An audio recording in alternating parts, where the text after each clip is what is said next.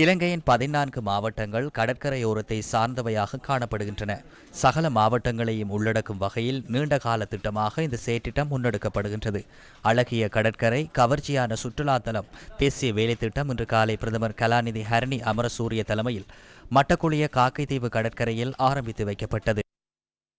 Clean Sri Lanka முன்னாய்த்த நிகழ்வுக்கு பின்னால் பாரியதொரு நோக்கம் இருக்கின்றது.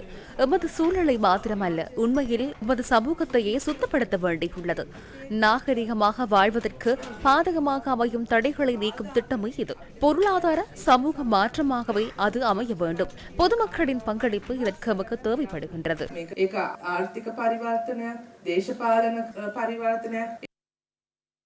அழகிய கடற்கரையை உருவாக்கும் தேசிய வேலை திட்டத்தின் கீழ் மேல் மாகாணம் மற்றும் தென் மாகாண கடற்கரைகளை சுத்தம் செய்யும் நடவடிக்கை இன்று முற்பகல் சுகாதார மற்றும் ஊடகத்துறை அமைச்சர் டாக்டர் நலிந்த ஜெயதிச தலைமையில் களுத்துறை கடற்கரையில் நடைபெற்றது.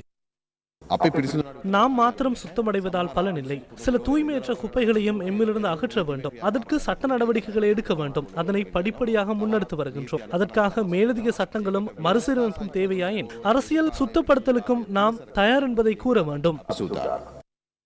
காலி தடல்ல கடற்கரையை சுத்தம் செய்யும் நடவடிக்கை இன்று காலை அரசு தலைவர்கள், போலீசார் உள்ளிட்டோரின் பங்கு பெற்றதுடன் நடைபெற்றது.